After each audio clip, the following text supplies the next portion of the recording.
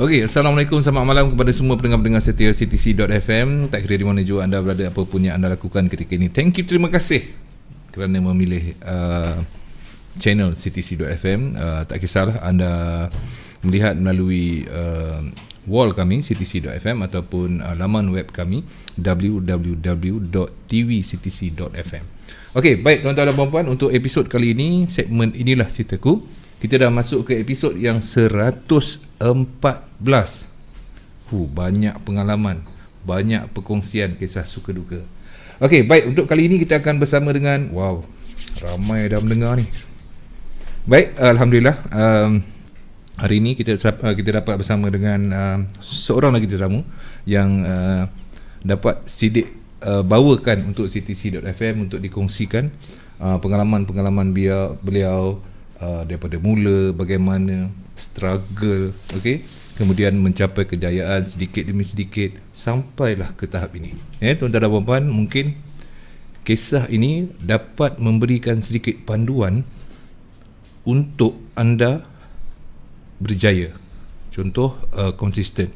Bukan amount yang banyak tu sebenarnya, dia lebih kepada konsisten. Macam mana kita ambil pengalaman orang-orang hebat ni untuk kita salurkan untuk diri kita supaya kita juga boleh berjaya. Okey, tak kira lah apa latar belakang pun. Ada yang jual burger tapi trade, alhamdulillah. Ada yang daripada part time, full time, itulah kelebihan dia. Dan malam ini mari kita berkenalan dengan seorang lagi tetamu, handsome orang dia. Okey. Okey, Sati sempat makan ke tak? Sempat, alhamdulillah. Alhamdulillah. Sedap, terima kasih. Sedap Sedap. Memang dah tahu dah. Sebabnya sate tu memang jadi orang kata menu yang setiap segmen lah. Okey. Sedap, memang sedap. Memang sedap Okey, baik. Alhamdulillah. Assalamualaikum. Waalaikumsalam. Baik, di hadapan saya tuan-tuan dan puan-puan, mengikut promo, beliau bernama Nasaruddin. Tapi kita akan berkenalan dengan beliau. Kita berikan sedikit ruang untuk memperkenalkan diri, biodata. Boleh? Boleh silakan. Okey, terima kasih kerana menjemput saya pada malam ni. Nama saya Muhammad Nasir bin Haji Yaakob. Muhammad Nasir. Ya, tapi lebih dikenali sebagai Nasir Yaakob. Saya lahir pada 1973. So lebih kurang umur saya sekarang 46 lah, nak masuk 47 lah. Okey. So lama dah lah. Saya dalam bidang forex ni pun dah lebih kurang dalam 15 tahun. 15 tahun. Lama tuan-tuan. Ni pengalaman ni hebat ni. Baik, kalau 15 tahun sekarang ni 2019 bermaksud 2004. Lebih kurang 2004. Masa saya buat forex tu, forex ni tak dikenali lah dalam Malaysia ni. Macam cakap forex, orang tak tahu apa benda forex. Memang tu tak tahu kan masa tu kan. 2004 ni orang tak tahu apa.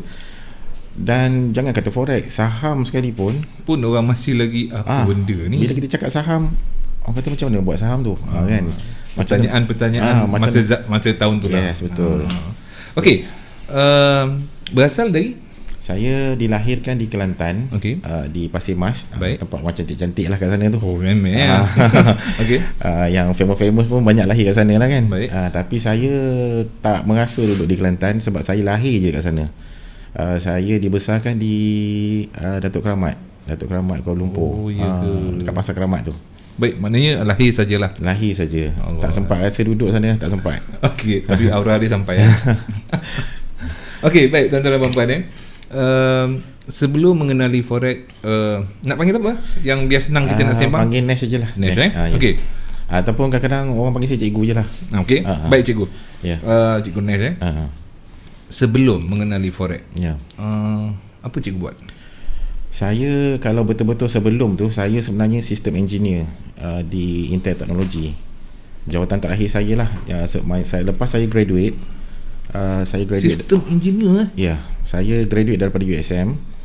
So selepas graduate, pekerjaan pertama saya lepas graduate tu, saya apply kerja di Intel Technology.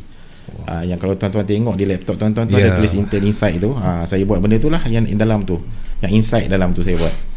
Jadi saya kerja lebih kurang dalam 8 tahun lebih lah saya kerja kat itu. Jadi masa bekerja tu lah saya terfikir, kalau saya teruskan kerja ni, Okey. apakah end result dia? Maksud dia, apakah yang pencapaian tertinggi saya boleh dapat dalam sektor pekerjaan ni? Jadi saya tengok yang tertinggi yang saya boleh capai lah kemungkinan factory manager. Okey, factory manager maksud dia jawatan tertinggi lah dalam sesuatu organisasi kilang tu kan. Betul. Itu memang tinggilah Tinggi lah tu. Uh-huh. Jadi saya pun ambil lah factory manager tu sebagai saya punya role model. Saya tengok Untuk capai ke? saya tengok apa yang dia, pencapaian dia, maksud dia kerja keras dia apa semua. Saya tengok memang teruk kerjanya. Okey. Lepas tu pula saya tengok dia pakai, minta maaf cakap lah, dia pakai Honda Accord je kot. Saya kata takkan saya sampai tahap tu saya nak pakai Honda Accord. Jadi saya kata macam mana orang nak pakai Mercedes, BMW semua kan, Ferrari ke Lambo ke. Takkan kerja factory manager. Benda tu dah mengetuk pintu hati saya. Maknanya terfikir semasa kerja tu, Yes. nak naikkan taraf kehidupan, Yes. kan, nak memajukan diri. Betul. Sebabnya dia gini tau. Sebenarnya dalam kehidupan kita ni, kita boleh plan apa end result kita. Maksud dia di akhir nanti kita boleh, sebenarnya kita tak perlu macam misalnya saya kena kerja sini sampai 10 tahun. Okey. Lepas tu tak tahu apa yang akan berlaku 10 tahun lagi. Tak perlu kita tahu macam tu. Kita terus boleh agak apa yang akan berlaku. Tak perlu kita kerja sampai 10 tahun ke 12 tahun ke 20 tahun baru kita tahu aku sampai kat sini kan. Sebenarnya tak payah sampai pun kita dah boleh fikirkan awal-awal lagi. Sebelum lagi kan. Sebelum lagi. Jadi kita boleh tengok contoh orang yang dah kerja kat sesuatu tempat tu 20 tahun ke 30 tahun dia dah kerja. Lepas tu kita boleh fikir sendiri, kalau aku pun macam dia kerja 30 tahun tempat ni, tahap tu je. Tak payah kita kerja 30 tahun baru kita tahu rupanya sampai sini je aku. Tak perlu sebenarnya. Jadi mungkin dia orang fikir tak apalah aku kerja ni je lah sampai sebab, tu. Sebab tak ada semangat untuk memajukan diri ataupun apa kan. Sebab kebanyakan orang ni dia lebih suka comfort zone. Setiap bulan dapat gaji, selesa, macam tu lah. dapat gaji, ada majikan. Jadi sebenarnya yang betul-betul mengetuk pintu hati saya ni, seorang kawan saya saya sebut nama dia lah. Nama dia Gu Kui Chui. Gu Kui Chui. Terima kasih Gu. Saya panggil dia KC Gu lah. Jadi KC Gu ni ya, setiap kali saya pergi bekerja dengan dia akan tanya saya, kau nak jadi kaya tak? Saya kata of course lah, semua orang nak jadi kaya. What for? Kita kerja ni pun nak jadi kaya lah kan. Dia kata kalau kau nak kaya, kau kena baca satu buku ni, dia kata. Saya kata buku apa? Buku Rich Dad Poor Dad, dia kata. Saya kata takkan dah baca buku boleh kaya, biar betul, saya kata kan. Okey. Dia kata baca dulu, dia kata. Baca dulu sebelum you komen apa-apa, you baca dulu. Saya pun skeptikal lah, takkan baca buku boleh kaya kan. Betul lah. Jadi kalau fikir cara kasarnya lah, cara logiknya. Okey. Jadi masa tu saya masih bekerja shift, 4 hari kerja 4 hari cuti. Okey. Jadi lepas 4 hari cuti tu, datang kerja balik dia akan tanya, dah baca buku? Saya kata belum. Jadi every week dia akan tanya soalan yang sama. Sampai saya tak tahu berapa minggu dah saya jadi malu kat dia ni. Jadi sebelum ada satu minggu tu, sebelum saya pergi kerja, esok tu saya pergi kerja, hari ni saya kata saya kena cari buku ni sebelum dia tanya, malu aku ni. Okey. Sebab tak nak malu dengan dia. Tak nak malu. Dia kata kau nak kaya tapi faham. kau membaca pemalas, kau nak kaya, dia cakap. Okey. Jadi saya kata sebelum jumpa dia ni, baik aku baca dulu buku ni lah. Jadi saya pun pergi cari buku tu, jumpa. Bila saya buka the first page, saya tak boleh berhenti. Saya teruskan baca sampai dekat 3 jam saya baru boleh habiskan satu buku, which is not tak pernah berlaku pun sebelum ni dalam hidup saya. Saya boleh baca satu buku sampai habis dalam jarang. tanpa break, tanpa rehat. Saya boleh baca berterusan. Lepas baca buku tu, saya tutup buku tu, saya kata ya Allah, apa aku buat ni sebenarnya? Yang aku pergi kerja hari-hari ni benda apa sebenarnya? Apa yang aku buat ni? Apa yang akan berlaku pada hidup aku 20 tahun 30 tahun lagi? Selepas baca buku tu? Yes. Jadi dalam buku tu banyak mengajar saya erti apa sebenarnya orang kaya buat, which is bukan apa yang saya buat sekarang ni. Saya buat sekarang ni salah. Saya bekerja makan gaji walaupun engineer, salah. Macam tu je kan? Yes. Jadi sejak daripada tu, lepas tu saya pergi kerja esok itu, KC Gu tanya saya, dah baca buku? Dah. Macam mana? Memang terima kasih banyak, saya kata. Saya dah sedar dah kat mana saya sekarang, saya kata. Berapa lama tu? Yang daripada start dia suruh baca sampailah baca. Ada sebulan? Saya rasa dekat 6 minggu. 6 minggu. 6 minggu. Lebih kurang sebulan lebih lah. Sebulan lebih Pak. Baru saya baca. Lepas saya baca tu, badan saya panas. Okey, saya tak boleh duduk. Malam-malam saya tak boleh tidur. Otak saya jalan, sentiasa jalan, fikirkan macam mana aku nak kaya. Macam mana aku, yalah ada setengah orang kata kaya ni duniawi kan. Tapi yalah kita fikir kita nak masuk toilet pun kena bayar juga kan. Lepas tu kita nak untuk perubatan medical, untuk parents kita apa semua perlukan duit. Kok mana pun kita mesti kaya. Dan kita kena ambil pada zaman Saidina Umar dulu misalnya contoh kan, sampai tak ada orang yang layak terima zakat. Jadi kita kena, dan ada satu Robert Kiyosaki cakap dalam buku tu, dia cakap kalau kau tak nak kaya, sebenarnya kau selfish. Kau selfish sebenarnya. Sebabnya kau fikir diri kau, bagi kau cukup. Tapi adakah kau fikirkan orang lain? Pernah tak kau fikir kau nak bantu orang? Pernah tak kau fikir kau nak tolong orang lain yang susah, anak yatim misalnya? Kau kata tak payah, aku tak perlu kaya, cukup lah untuk aku makan. Yelah, kau selfish lah, dia kata. Maknanya dia anggap itu macam pentingkan diri lah. Penting diri lah. Kalau kita tak kaya, kita pentingkan diri sendiri sebenarnya. Sebab kita tak niat nak bantu orang. Kita hanya fikir aku cukup lah. So benda tu banyak mengetuk pintu hati saya tau. Jadi lepas tu daripada buku tu juga saya dapat satu rumusan bahawa orang kaya ni sebenarnya buat 3 benda.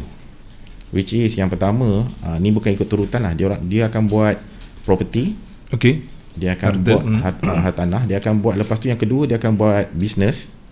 Yang ketiga dia akan buat paper asset. Paper asset ni termasuk saham, forex, yang paper lah. On paper. Jadi saya kata alamak, 3 aku tak kerti nak buat ni. Property, banyak makan duit ni. Betul. Modal aku buat apa ada ni, dah lah makan gaji cukup. Tak boleh ni. Business. Gaji cukup. Business, nak buat business apa nak buat business, tak kerti kat buat business kan. Lepas tu kata alamak, saham lagi lah aku tak kerti nak buat kan. Jadi dipendekkan cerita, saya kata saya nak buat bisnes dulu lah. Apa saja pun tak apa. Jadi saya pun carilah idea nak buat bisnes. Semasa bekerja tu? Ya, semasa bekerja. Jadi saya carilah bisnes. Sebab saya cuti 4 hari. Kalau saya kerja 4 hari, cuti 4 hari. Jadi banyak cuti. Banyak masa banyak masa. Jadi itulah saya suka kerja shift. Jadi pada masa tu saya fikir macam mana saya nak buat bisnes ni. Saya memanglah dilahirkan dalam keluarga susah, keluarga miskin. Memang parents saya meniaga, tapi meniaga sekadar je lah kan. Bukanlah meniaga sampai boleh juta-juta semua kan. Tak, memang family, parent memang asas dia memang perniagaan. Yes, patut mewarisi lah. Yes, saya punya bapa buka kedai tom yum. Ada kedai gerai murtabak, ada gerai nasi ayam. Jadi saya ni daripada kecil memang dibesarkan dalam suasana perniagaan dan bapa saya selalu minta saya berkarya sendiri. Contohlah, ada kedai makan, ada kedai tom yum. Saya nak makan, bapa saya suruh masak sendiri. Jadi untuk masak sendiri, saya kena tengok orang masak. Betul lah. Contohlah, kalau tidak tak dapat rasa tom yum tau. Saya nak makan tom yum, saya kena tengok macam mana tukang masak kat kedai bapak saya tu buat tom yum. So saya tengok, campur serai, campur bawang, campur tomato, campur ni, dia jadi tom yum. Okey, hari-hari tengok benda sama. Betul. Hari-hari balik sekolah, hari-hari. Bayanglah membesar dalam keadaan macam tu. Jadi okeylah, paprik lah, tom yum lah, segala ikan siakap, segala benda apa semua, 3 rasa tak 3 rasa apa semua, hari-hari dia tengok benda sama. Jadi saya lama-lama dah boleh masak. Dan lepas SPM pun memang saya jadi seorang tukang masak lah. Pernah saya jadi seorang tukang masak. SPM? Yes, lepas SPM. Dan cabaran tukang masak ni sebenarnya, saya cerita satu lah. Cabaran tukang masak ni yang saya alami lah. Yang pertama, kita akan sakit bawah ni. Kita punya lengan bawah ni akan sakit. Bukan atas, kat bawah. Sebab kita pegang sudik tu, berat tu sudik tu. Betul lah. Bukan sudik macam kat rumah tu. Dia tangkap yang bawah Dia tangkap yang bawah.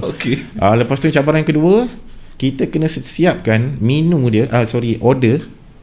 Untuk setiap satu meja, kita kena siapkan dalam masa 5 minit lah, 5-6 minit. Tak kira lah dia order 4-5 lauk pun, 5 minit kena siap. Sebab apa? Saya boleh kata maksimum 10 minit lah. Kalau order dia banyak sangat, kita maksimum 10 minit. Sebab apa? Bayangkan ada, contohlah ada 6 meja.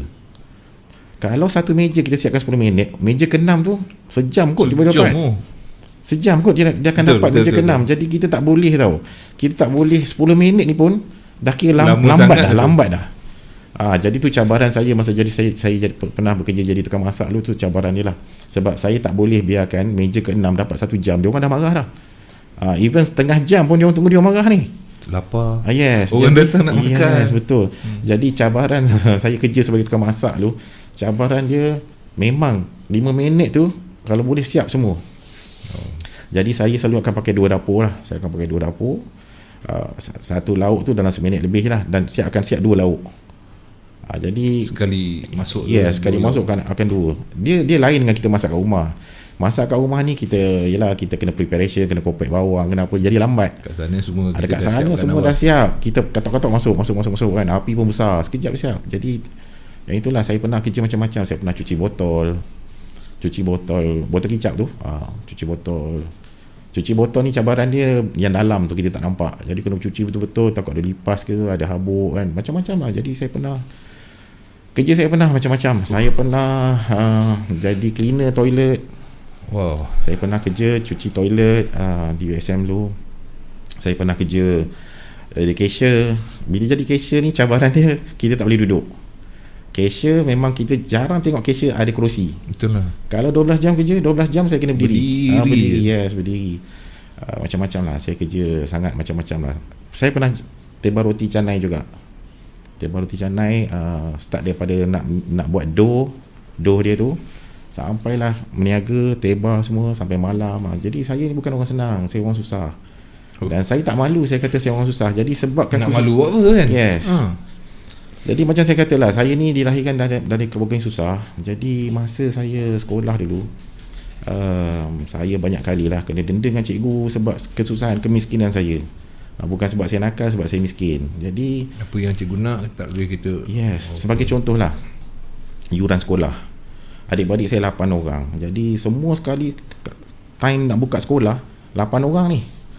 Lepas tu 8 orang bapak saya nak kena sediakan keperluan semua. Jadi tak boleh lah nak sediakan semua sekaligus kan. Betul. Dan ada ketikanya macam baju uniform tak cukup, tak lengkap, badge lama koyak ke apa tak diganti, kena denda lagi. Yuran tak bayar, kena pergi atas kerusi kan, kadang-kadang kena duduk luar kelas. Jadi saya banyak kena denda sebab kemiskinan saya.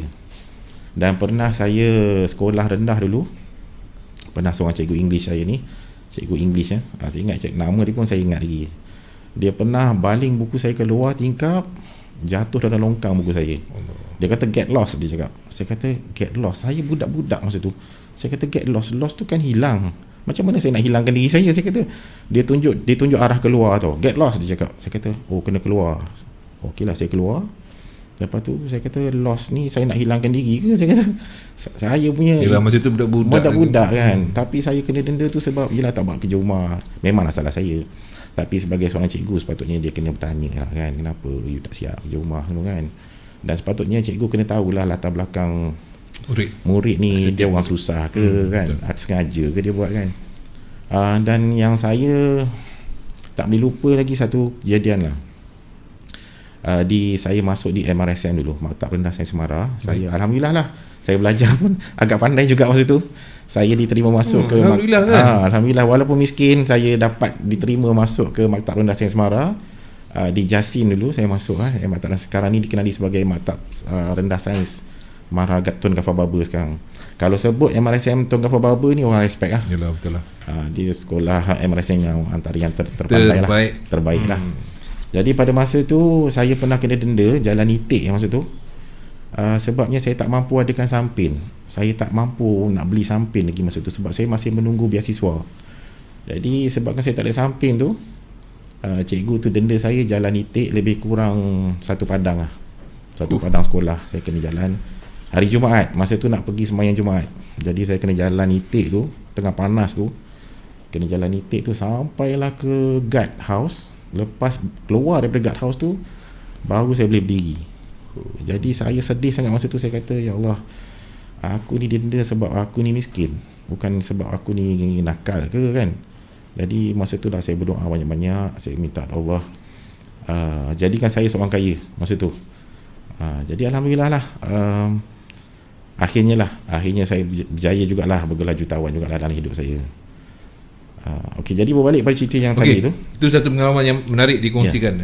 Kita tak tahu daripada sudut kehidupan kita dulu. Ya, betul. Kan kita bawa macam mana kehidupan lama kita memberikan semangat kepada kehidupan baru kita untuk kita berjaya. Betul? Okey, baik. Kita sambung. Berkenaan dengan lepas baca buku buku and then macam mana boleh forex ni macam perdagangan mata wang asing ni macam mana boleh. Jadi perjalanan tu saya perjalanan tu apabila saya tengok Robert Kiyosaki ni bagi tahu bahawa ada tiga cara lah nak kaya. Okey, yang pertama dia kata kena buat bisnes, atau lepas tu yang kedua kena buat property, yang ketiga kena buat paper asset ataupun saham lah macam tu. Jadi saya fikir saya nak mulakan dengan bisnes. Jadi pada masa tu saya buat bisnes kacang soya. Saya meniaga air kacang soya. Saya tak malu walaupun saya engineer masa tu. Saya meniaga air kacang soya tapi saya pakai pekerja lah. Okey, dipendekkan cerita bisnes gagal. Okey, sebab saya tak boleh fokus. Okey, dipendekkan cerita je lah, bisnes gagal sebab saya tak boleh fokus sebagainya. Walaupun income bagus, bisnes kacang soya saya boleh dapat 200-300 hari daripada satu gerai. Boleh dapatlah dalam 1000 ke dalam sehari, tapi saya gagal untuk manage kewangan dia. Jadi gagal lah, senang cerita gagal. Baik. Jadi saya fikirkan kedua saya kena buat property ni. Robert Kiyosaki kata kena buat property. Macam mana nak buat property ni? Property kan mahal kan, satu rumah berapa ratus ribu. Betul. Tapi saya kata mesti ada jalan. Macam mana orang boleh buat property sampai berpuluh-puluh property dia ada. Jadi pada masa tu saya mula berguru dengan seorang guru nama Dr. Dov DeRoss. Dia orang New Zealand. Saya belajar dengan dia. Dia kata kita boleh buat property with zero down dia panggil. Zero down ni maksud dia kita langsung tak guna duit kita. Tak ada duit. Kita boleh dapat property. Jadi saya belajar. Yes, betul. Saya beli property saya yang pertama di Miharja Condominium. Dan saya dapat sebuah property kondominium di situ dan berserta duit cash lebih kurang 20,000. Jadi daripada teknik property yang saya belajar ni, kita boleh dapat property dan kita boleh dapat cash. Saya kata wah best ni, saya kata. Okey. Dia kata selalu kalau saya nak beli property habis saving saya ni. Habis saving sekarang kita beli SP apa habis. Tapi dengan teknik yang Dr. Dov DeRoss ni aja, saya boleh dapat property atas nama saya dan saya boleh dapat cash. Saya kata wow hebat. Dan saya buat banyak property masa tu. Saya beli banyak property saya. Saya ada beberapa banglo masa tu. Saya ada kondo. Saya ada rumah di Formosa Resort. Banyaklah saya beli apartment. Banyaklah. Total saya dapat masa tu lebih kurang 5 juta lah property saya masa tu. Masa tu. Jadi daripada situ sebenarnya saya dah jadi jutawan property dah sebelum saya buat forex. Jadi daripada situ tu saya gunakan duit yang saya dapat daripada property tu, saya buat modal untuk main saham. Saya buat saham dulu. Saya buat saham sampai dah dekat setahun saya buat saham. And then saya jumpa seorang Cina. Ada seorang uncle lah dekat Bursa Malaysia tu, saya pergi jumpa dia kat Bursa Malaysia. Dia kata, you buat saham lagi ke? Saya kata, yes, saya buat lagi. Dia kata, kalau you tahu pasal forex, you tak mau buat dah saham ni, dia kata. Sebab forex ni two-way market. Maksud dia, you naik, you untung, turun pun you untung. Saya kata, wah ini hebat ni. Sebab saham, kita kena tunggu tau. Bila market turun, kita tak boleh buat apa. Betul. Langsung tak ada duit ni. Kalau market turun, kita hold the position, kita tak ada duit langsung. Makin turun kan, contoh kan. Sampai habis lah. Yelah, kita boleh tengok je. Tapi dalam forex jatuh pun kita boleh untung, kita boleh short sell kan. Ya, betul. Jadi saya kata bagus ni kan. Start dari situlah saya mula explore pasal forex. Dan masa tu kalau boleh tahu tahun berapa yang betul-betul explore yang tu lebih kurang tahun 2004 macam tu lah. 2004 macam tu. Baik. Jadi explore sendiri sebab masa tu saya nak cari kelas cikgu-cikgu forex mana kan, tapi masa tu tak ada seorang pun cikgu forex daripada Malaysia. Masa tu semua daripada US, daripada Singapura, dan yuran dia orang masya-Allah 20,000, 30,000. Tak jumpa cikgu yang daripada Malaysia. Masa tu tak ada, cikgu Malaysia tak ada. You name it lah, 2004 tak ada cikgu forex kat Malaysia pun masa tu. Lepas tu saya belajar sendiri, saya buat sendiri, memang nak teruk lah saya buat sendiri. Betul lah. So modal saya masa tu $2,000. Saya start 2004 dah, saya start dah $2,000. Naik turun 6 bulan, duit saya 2,000 tu tinggal 300 je. Saya kata 6 bulan saya buat forex tinggal 300. Okey. Aduh, kata ini makin menurun ni, bukan makin naik kan. Okey. Hati dah berdebar-debar, dah rasa stres. Lepas tu saya fikir, macam mana orang boleh kaya dalam forex ni? Kalau macam ni lah cerita dia, is it because of money, because of modal ke apa? Kalau saya ada 200,000, siap-siap tinggal 3,000 je kan. Ada orang kata, oh forex kena ada modal besar. Saya kata, kalau 2,000 tu jadi 300, kalau aku ada 200,000, siap-siap 30,000 ataupun 3,000 je tinggal. Betul. Bukan sebab modal ni. Bukan. Bukan sebab modal ni. Aku tak tahu ni macam mana ni. Jadi ini sebenarnya salah aku. Jadi kita admit ini salah kita dulu. Okey. Baru kita boleh perbaiki diri kita.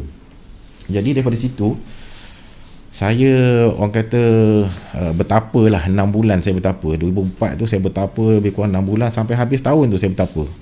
Saya mengkaji sendiri market sebab saya dulu memang nature saya sistem engineering. Jadi bila sistem engineering ni, antara tugas dia kita kena cari commonality study. Okey. Kita cari apa. Maknanya dah mudah lah. Kita cari apa yang common dalam market ni. Kenapa jadi macam ni? Kenapa bila aku buy dia jatuh? Macam dia tahu pula aku masuk buy ni. Kan? Macam ni dia tahu. Lepas tu orang kata forex ni tipu. Kau buy mesti dia jatuh. Ya betul, aku buy memang dia jatuh. Tapi takkan sebab aku buy market jatuh satu dunia. Kan? Kenapa it's happen ni? Kenapa berlaku kat aku? Kan? Jadi takkan sebab aku buy satu market satu dunia jatuh. Jadi tak logik. Jadi daripada situ saya buat kajian kenapa jadi macam ni apa semua. Lepas 6 bulan tu saya trade balik 300 tu.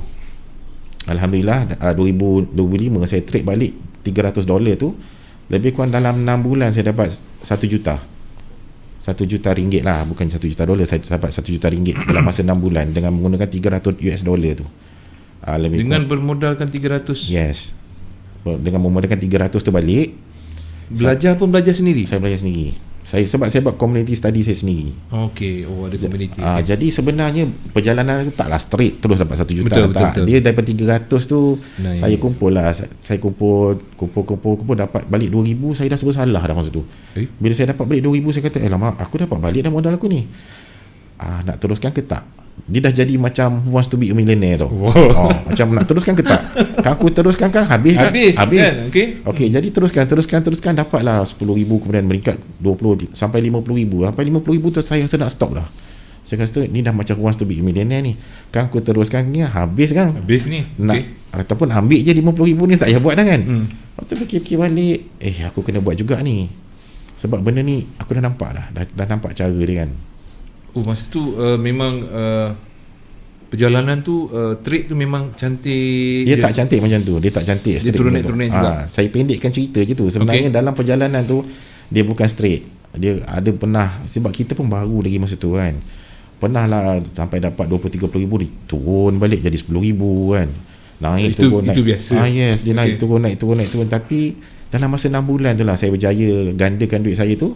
Naik turun tu sampai jadi 300 ribu dolar. Masa tu. So lebih kurang dalam masa 6 bulan. So bila hujung 2005 tu, lebih kurang saya dapat 1 juta lebih lah. Start 2006 tu ramai kawan-kawan carilah. Kawan-kawan cari nak belajar lah macam mana, sebab masa tu saya dah pakai, sebelum tu saya pakai Proton Wajah. Jadi bila saya dah dapat 1 juta lebih tu, 2006 tu saya terus beli upgrade terus ke BMW. Jadi kawan-kawan heran, kau ni buat apa kan? Dah lah berhenti kerja kan? Dah lah tak ada kerja, tak ada majikan, tak ada gaji, tiba-tiba daripada Wajah bukan upgrade ke Honda ke apa ke, terus BMW. Terus BM dia kata. No, sebenarnya sebelum tu saya beli Mercedes dulu. Saya beli Mercedes sebabnya bapak saya suka Mercedes. So saya beli Mercedes dulu untuk bagi kat dia, tapi dia tak mau. Jadi bapak saya jadi macam tu lah. Dia tak nak anak-anak apa, dia tak mau susahkan anak. Maknanya anak dapat, anak pakai. Saya bagi dia tak mau. Dia kata dia selesa pakai kereta Honda dia. Jadi saya pun tak minat sangat Mercedes. Jadi saya pakai tak lama. Saya pakai Mercedes tu lebih kurang 3 bulan macam tu. Saya tukarkan ke BM masa tu sebab ayah tak nak kan. So saya tukarkan kepada BM. Jadi saya pakai BM masa tu. Jadi kawan-kawan tengok, kau ni buat apa? Saya pakai 5 series masa tu. Orang kata, kau buat apa? Dah lah berhenti kerja. Aku ingat kau berhenti kerja makin teruk. Lagi power daripada kerja kan. Jadi masa tu lah kawan-kawan tanya, kau buat apa? Mula saya tak nak cakap lah pasal forex. Orang tak tahu pasal forex. Jadi lagipun penerimaan manusia, masyarakat masa tu rasanya semua anggap forex ni benda yang salah. Yes. orang ingat macam skim apa skim. semua. Jadi orang tak tahu apa forex. Bila cakap forex orang skeptical. Jadi 2005 tu saya hanya cakap kat kawan, aku jadi driver. Aku ni driver ni kereta bos, bukan kereta aku. Ada juga kawan-kawan kata, lah kau elok dah kerja dulu, dah sekarang jadi driver. Saya diam je masa tu. Tapi bila lama-lama kawan-kawan rasa tak logik lah. Macam saya beli banglo apa semua kan. Jadi kawan-kawan rasa ni kau bukan driver ni. Jadi dia orang kata, okey kau buat apa? Alah lama, okey lah, malas nak. Saya pun malas nak simpan lagi malas kan. Even family saya, kakak-kakak saya tanya kau buat apa, saya cakap saya niaga kacang masa tu. Niaga kacang dengan bawang goreng saya cakap. So ada juga kakak nak kata, bang ajar aku macam mana buat bisnes kacang ni sampai boleh kaya kan. Saya kata susah ni sebab kena ambil daripada India, lepas tu kita export ke Dubai. Saya terpaksa create the stories sebab orang tak boleh terima forex masa tu kan. Jadi itulah lama-lama saya mengakulah saya buat forex. Jadi masa itulah mula kawan-kawan nak belajar. Mula saya okeylah, saya ajar seorang-seorang, 2-3 orang. Tapi bila kawan tu berjaya, orang lain pula nak belajar lagi. Jadi saya kata tak menang tangan macam ni. Saya tak boleh nak mengajar macam ni. Masa saya nak trade lagi. Saya pun nak cari duit bagi trading juga. Okey. Dah lama saya kata macam ni lah, kita kumpul orang, kita ambil lah satu bilik. Okey, saya akan ajar. Start daripada situlah kelas saya bermula. Okey, sebut pasal kelas. Ya. Teknik yang digunakan. Sebab ada yang bertanya, teknik apa yang cikgu gunakan di awal sampai ke sekarang, ataupun berbeza ataupun masih lagi maintain? Sebenarnya teknik ni di awal-awal penglibatan saya banyak guna technical fundamental saya kurang lah. Saya tak lebih kepada saya lebih kepada technical.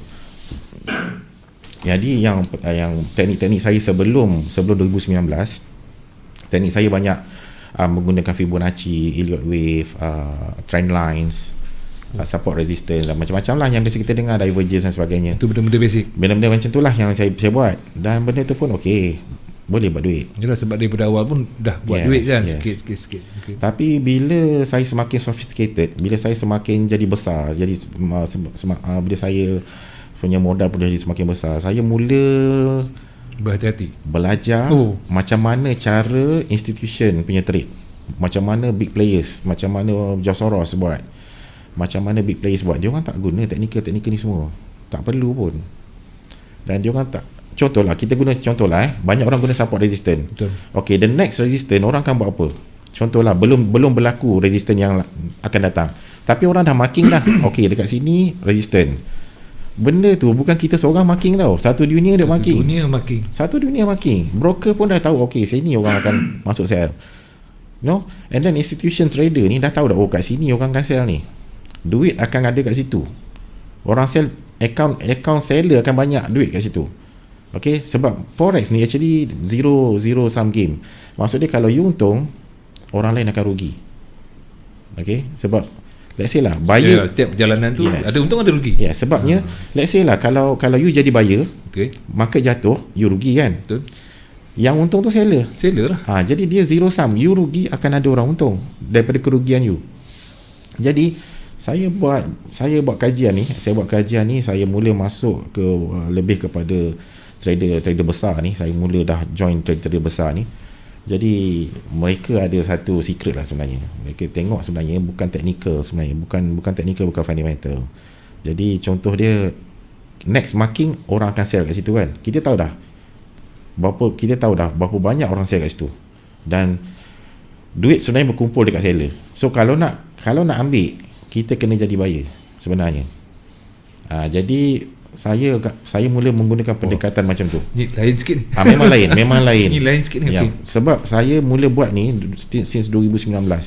Dan teknik ni memang cepat kita dapat untung. 2019 tahun ni lah. Yang baru ni? Yes, tahun ni. Start pada awal tahun ni. Sebabnya sebelum ni saya berhenti mengajar since 2015. 2015 saya berhenti mengajar sebab saya dah capai apa yang saya nak. Saya kata saya nak lahirkan 45 jutawan. Memang 45 jutawan anak murid saya dah dapat 45 orang jutawan. Jadi saya stop. 2015 saya dah tak nak mengajar dah. Orang minta saya mengajar pun saya kata saya tak mau mengajar. Jadi sampai 2018. Akhir 2018 ramai sangat yang minta saya mengajar balik. Sebab itulah sebelum 2018, sebelum hujung 2018, Facebook saya kau cari tak jumpa sebab saya dah deactivate. Saya tak nak mengajar, saya tak nak apa dah. Saya nak relax, bersara dah saya kata. Saya nak bersara daripada mengajar. Saya nak buat sendiri je. Mana nak silent. Itu just saya nak buat carry on the life lah. Okay. Saya nak buat sendiri. Saya tak nak mengajar apa, tak mau. Saya nak enjoy my life, kan? Sebab bila kita mengajar, kita ada komitmen. Betul. Okay, kita kena tengok anak murid kita. Okay, kita pastikan dia orang faham tak, betul-betul faham atau bukan tidak. Kita mengajar kita tinggal macam tu, bukan. Kita mengajar, kita rasa ada tanggungjawab. So, kita kena pastikan dia orang ni faham, pastikan dia orang boleh buat, kan? Jadi saya mengajar, saya rasa saya bertanggungjawab atas kejayaan dia orang. Okay. Jadi bila saya dah capai 45 jutawan, saya kata it's time for me to retire. Saya nak relax. Saya kata saya tak nak dah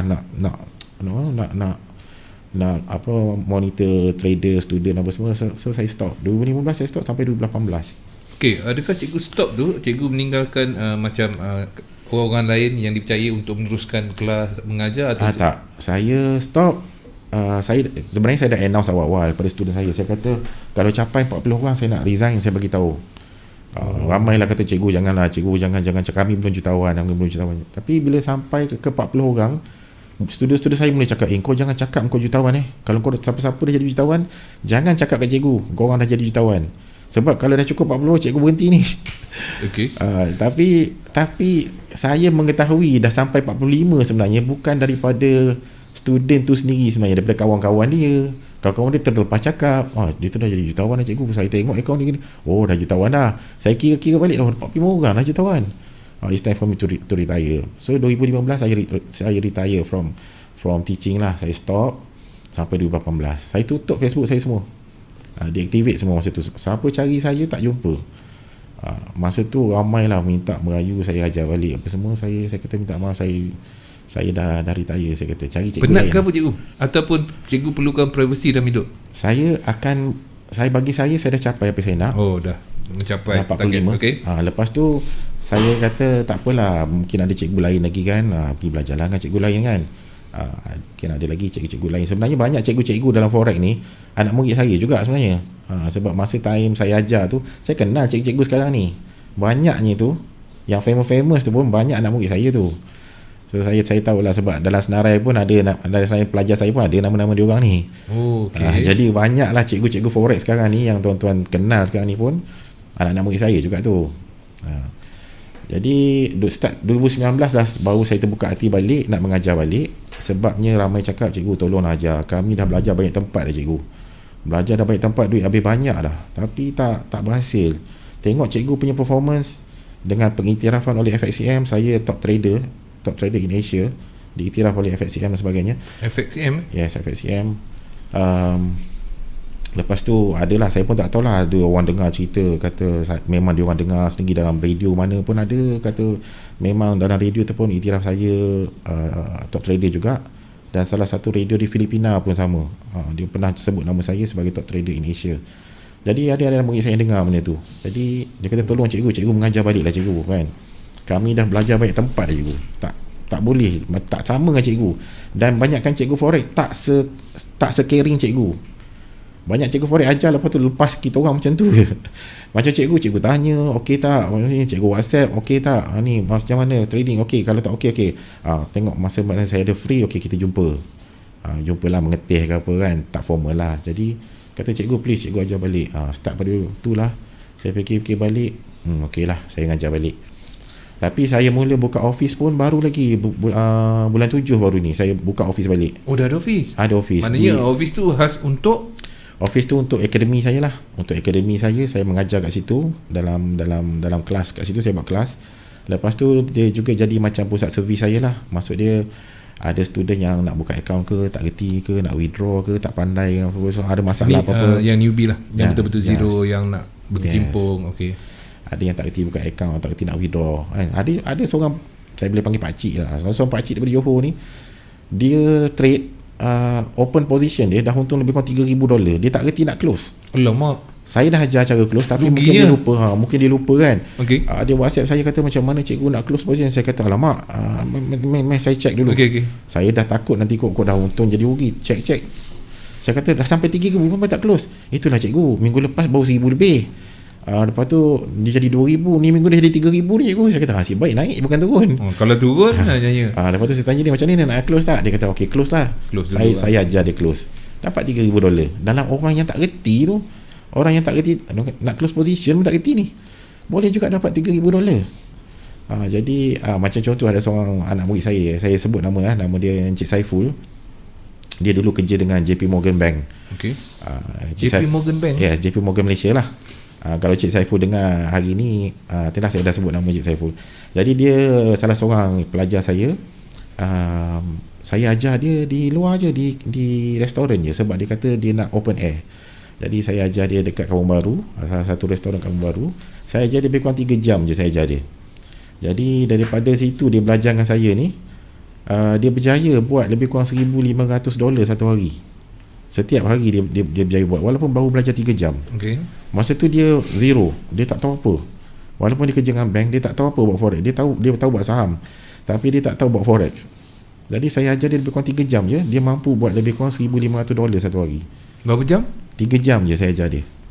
Kira bukan formal punya coaching ke macam mana? Saya ajar dia coaching lah, private. Maknanya seorang-seorang lah. Seorang-seorang ni dia lebih senang faham kan. Betul. Jadi saya ajar dia coaching secara one on one. Dia senang faham lah. Jadi lebih kurang 3 jam saya ajar dia. Tapi bukanlah terus 1,500. Dia bermula dia untung 400, 300, 200, 400. Tapi sampai ke satu tahap, lebih kurang seminggu lebih, dia mampu membuat 1,500 satu hari US dollar. Maksud dia lebih kurang 6,000 lah. 6,000 satu hari income dia. Jadi baru-baru ni saya ada jumpa dia. Saya tanya dia macam mana Cik Saiful trade tu. Dia kata okey cikgu, so far saya lebih kurang dah dapat untung terkumpul lebih kurang $40,000 dia kata. Lebih kurang 100. Dia masih bekerja ataupun dah jadi dia dah berhenti FTT dah? Dia dah berhenti dah. Okey. Dia kata dah mampu bawa family dengan mertua, dengan mak semua ke Mekah, ke buat umrah apa semua. Saya kata alhamdulillah. Itulah antara benda-benda yang sweet, benda-benda yang saya suka sambung menjadi seorang pengajar forex. Bila kita dapat tahu pelajar kita dapat achieve sesuatu, benda yang baik, benda apa yang dia nak capai dalam hidup dia, apa yang dia nak dalam hidup dia, kita berjaya bantu dia, kita berjaya contohlah dia ada contohlah ada siapa-siapa lah, contoh ada impian misalnya nak belikan rumah untuk mak, dan banyak anak murid saya mampu belikan rumah untuk mak. Jadi saya dengar tu macam seronok lah, aku mampu buat something untuk orang kan. Macam yalah dia capai impian dia. Macam ada juga student saya baru ni, saya tanya nak apa impian you, dia kata impian saya yang pertama, saya nak belikan kereta Mercedes untuk wife saya, dia kata. Saya tahu bagus. Saya kata bagus, ada niat yang bagus, mesti tentu Allah akan bantu. Dan memang dia dah dapat dah pun apa yang dia nak tu. Jadi benda-benda macam ni lah yang menjadikan saya, motivasi saya untuk saya teruskan mengajar forex ni. Sebab bagi saya forex ni satu benda yang rugilah kalau kita tak belajar. Okey, baik. Sebagai seorang trader lama, pastinya intipati bagi seorang trader yang konsisten. Apa panduan, nasihat daripada cikgu sendiri untuk newbie ataupun orang yang dia trade dah lama tapi masih tercari-cari? Sebab saya ni pengalaman lama dah, anak murid saya pun beribu lah anak murid saya. Jadi macam-macam apa ni peristiwa ataupun macam-macam pengalaman yang anak murid saya lalui ini. Sebab macam saya katalah, saya ni community, saya suka buat community study. Saya dulu kan sistem engineer, saya suka buat community study. Apa yang common anak murid saya menghadapi, apa yang masalah selalunya student-student saya hadapi, apa masalah sebagai seorang trader. Jadi sebenarnya banyak je trader lama tapi tak dapat hasil. Banyak je dia orang dah trade 10 tahun, 7 tahun banyak tapi tak ada hasil. Jadi salah satu sebab dia orang ni suka mencuba benda-benda baru. Dia orang baca sendiri kat YouTube, dia orang tengok kat YouTube, dia orang pergi cikgu ni campur-campur teknik. Contohlah, sebagai satu contoh, kadang-kadang saya dah ajar dah student saya, okay, macam ni boleh entry, macam ni tak boleh entry, this is no, meaning that you cannot enter your position here kalau keadaan market macam ni. Tapi ada juga fikir, tapi aku belajar kat sana macam ni boleh masuk. Contoh dekat sini jadi confused kat situ. Contoh dekat sini resistant, patut aku boleh sell. Contoh Lepas tu aku boleh sell, tapi Cikgu Nasir kata belum lagi, benda ni belum boleh sell lagi, tapi aku belajar tempat lain kat resistor ni boleh je sell. Contohlah dia masuk sell, walau anak murid saya juga, tapi sebab dia guna teknik lain tak apa benda tak, boleh sell, tu masuk sell contohnya. Tiba-tiba lepas saya tu market shoot naik atas, nanti alamak dah rugi. Jadi benda ni akan berulang, dia akan ulang lagi, dia akan buat kesilapan yang sama. Jadi macam saya sekarang ni, saya ajar ada tempat-tempat yang kita boleh masuk position, ada yang tak.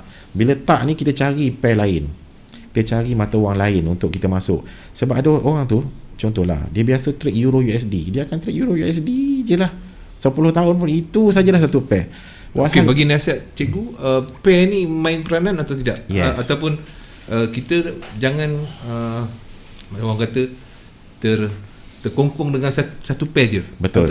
Cuba cikgu bagi pendapat dia sikit. Sebenarnya itulah saya kata, bila saya mula masuk ke dunia institutional trader, maksud dia trader besar-besar ni, dia orang bukan satu pair tau. Dia orang contoh hari ni mungkin Euro USD, kita nak jalan Euro USD hari ni. Baik. Besok tak semestinya Euro USD.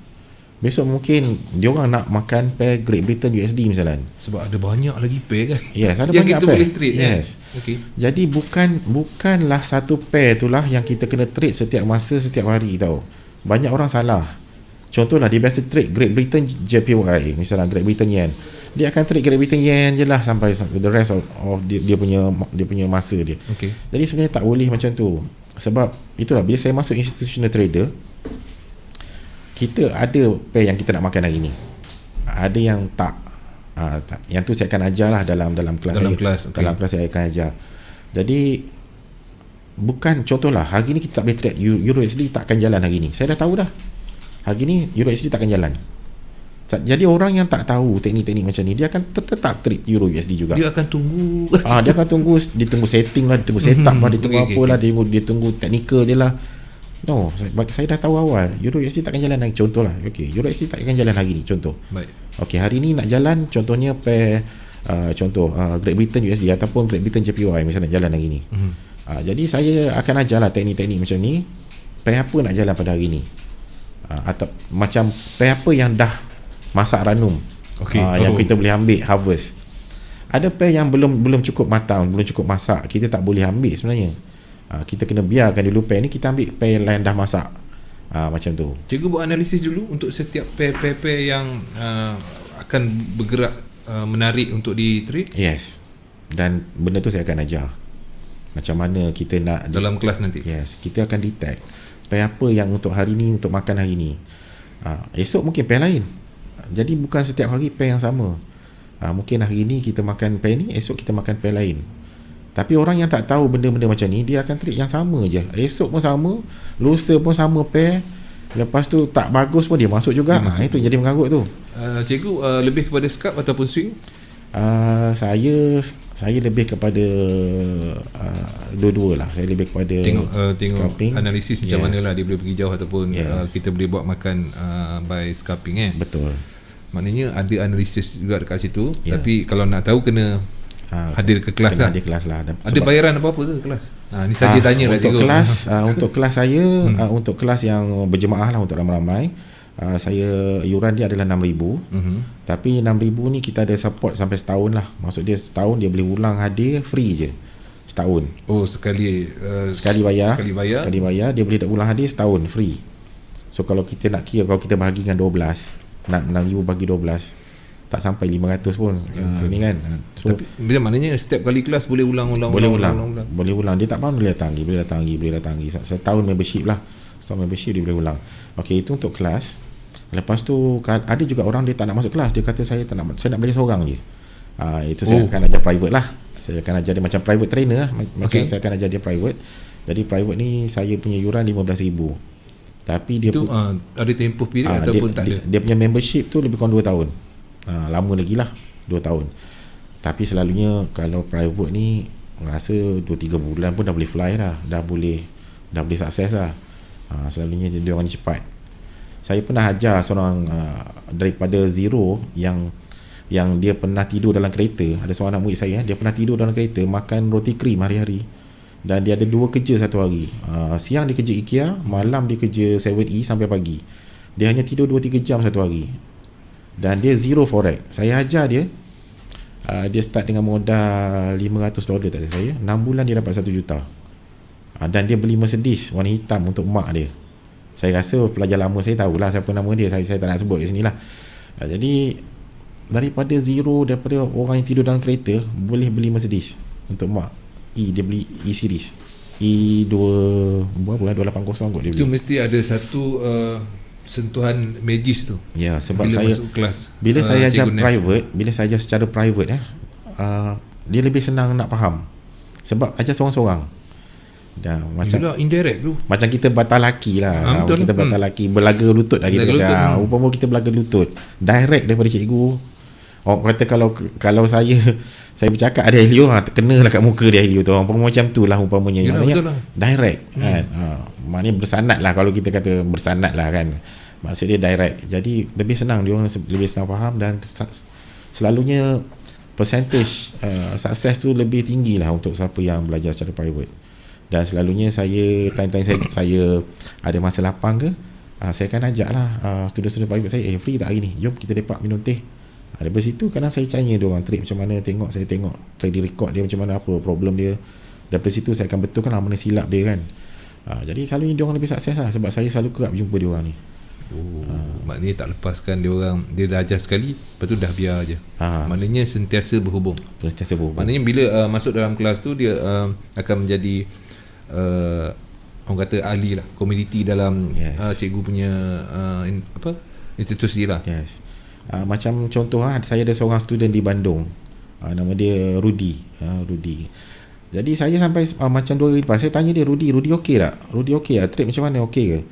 Dia Grab driver, dia bawa kereta Grab di Bandung.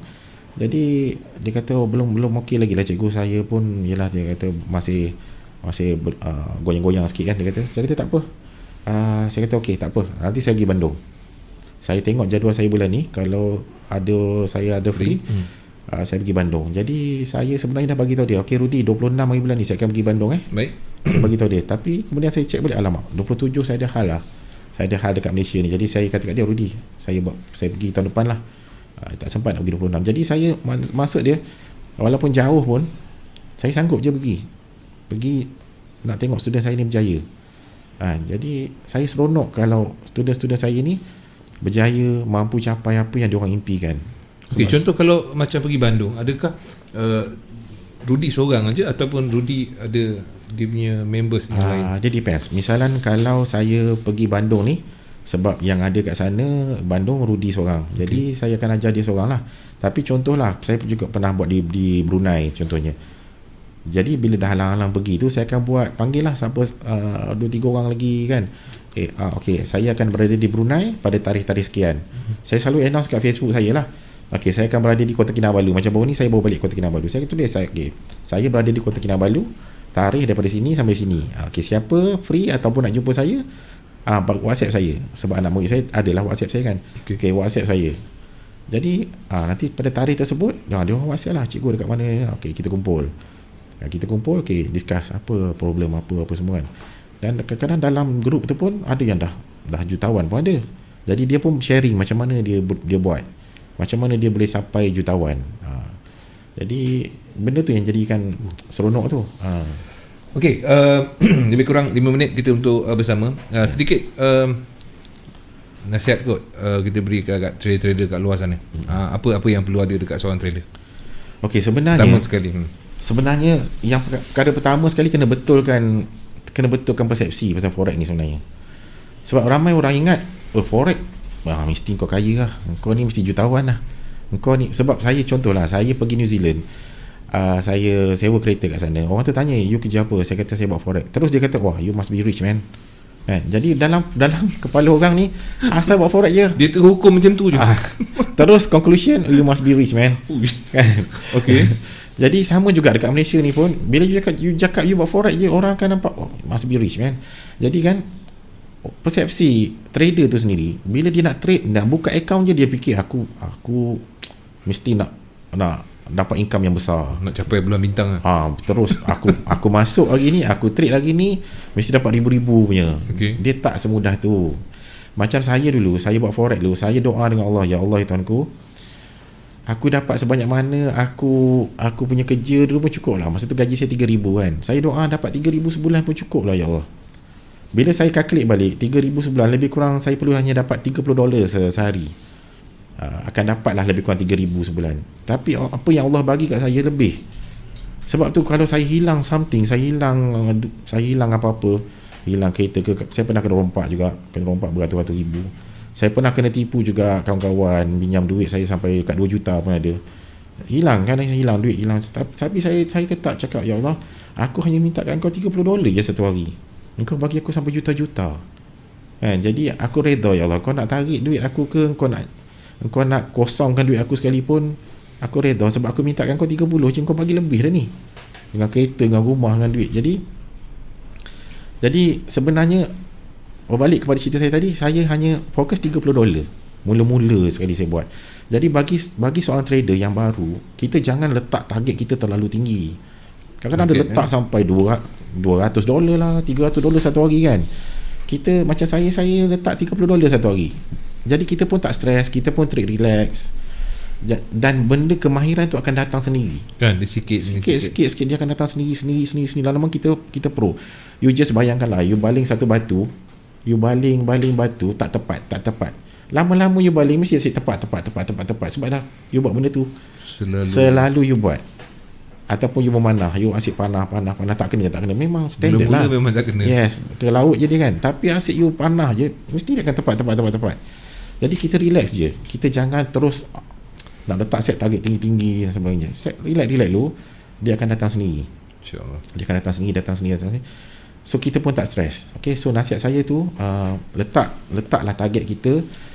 Janganlah kita kata target yang sampai kita, yelah, dream is free, betul lah. Dream is free, you can dream at anything, you can dream millions. Tapi kita letak yang kita rasa munasabah yang kita boleh target. Jadi kita pun tak stres sangat. Okay, lepas tu satu. Yang kedua, stick to your trading plan. Contohlah, you dah trading sampai dah beribu-ribu guna satu teknik, tiba-tiba you pandai-pandai nak tambah teknik. Contohlah, cikgu tu kata macam ni, cikgu ni kata macam combine lah ni. Combine lah, aku nak combine mesti dapat lagi power kan. Sedangkan you dapat that much of money with that trading plan, you pandai-pandai nak tukar trading plan lain. Tu yang jadi jahanam tu. Tu yang teruk tu kan. Jadi stick to your trading plan. Mana trading plan you yang menghasilkan duit, you just repeat that plan. You just repeat. Benda tu akan menghasilkan you duit. Jangan you suka-suka tukar. Okay, yang tu yang kedua lah. Lepas tu yang ketiga, spend duit. Okay, spend your money. You withdraw only what you need saja. Contohlah, saya masa saya trade dulu, saya target, kalau saya tak dapat $1 juta, saya anggap saya bukan jutawan. Saya dapat $300,000, masa tu dah juta Malaysia lah. Untuk Malaysia saya jutawan lah. Tapi saya kata, this is not millionaire, so I cannot spend lavishly. Bukan suka-suka nak beli segala benda kan. Saya target saya dah dapat $1 juta. Okay, barulah boleh guna duit ni, boleh guna untuk beli apa-apa, kereta ke rumah dan sebagainya. Jadi masa 300,000 saya still duduk sekadar cukup makan, sekadar spend cukup-cukup je. Sebab saya nak beranakkan 300,000 ni jadi sampai $1 juta dulu. Kalau saya pakai duit ni, umpamanya kita pergi medan pertempuran, kita pergi medan pertempuran, askar kita 300,000, kita bawa balik contohnya 200,000, tinggal 100,000 je nak berperang ni. Umpamanya kita dah lose the battle lah. Kita umpama satu askar $1 kan, 300,000 askar kita ada, kita boleh menang pertempuran tu, tapi kita tarik 200,000 contohnya. So kita akan kecil balik. So bagi saya, biarkan duit tu, kita jadikan duit tu beranak lagi sampailah ke satu tahap yang kita capai impian kita. Barulah you fikirkan you nak beg LV ke, you nak kereta BM ke, you nak Ferrari ke. Baru realisasikan impian tu kan. Sebab banyak orang duit tak dapat lagi, kepala dah fikirlah, aku nak BM, aku nak Mercedes, aku nak Lambo, aku nak beg LV. Tak dapat lagi duit. Kepala dah fikir nak belanja. Tertekan tu. Kepala dah fikir nak belanja. Saya dapatkan dulu, baru kau fikir, baru kau fikir. Okey, dapatkan dulu. Jadi saya terbalik. Jadi itulah yang saya nak pesan kepada semua trader. Kebanyakan orang ni dia nak berlagak lebih, nak pakai branded dan sebagainya, sedangkan tak capai lagi apa yang sepatutnya. Jadi Dan satu lagi nasihat saya, kalau nak berjaya, tolong cari buku tu Rich Dad Poor Dad tu. Cari dulu buku tu, baca dulu Penting buku tu buku tu. Yes, buku tu lah saya punya titik tolak sebenarnya. Hanya dengan buku tu hanya dengan sebuah buku tu merubah hidup saya. Baik, tuan-tuan dan puan-puan, tepat jam 10 malam, satu perkongsian menarik daripada tetamu kita untuk malam ni, untuk episod yang ke-114 segmen Inilah Ceritaku. Dan saya nak ucapkan ribuan terima kasih yang amat sangat buat Cikgu Nas yang telah pun sudi berkongsi. Bukan semua orang yang berani kongsi pengalaman-pengalaman hidup masa susah dan senang. Jadi semoga akan menjadi manfaat kepada trader-trader di luar sana. Dengan itu kita akan bertemu lagi minggu hadapan dalam segmen Inilah Ceritaku dengan tetamu yang lain. Dengan itu saya tinggalkan anda dengan Assalamualaikum. Kita jumpa lagi. Bye bye. Terima kasih. Analisa bicara teknikal.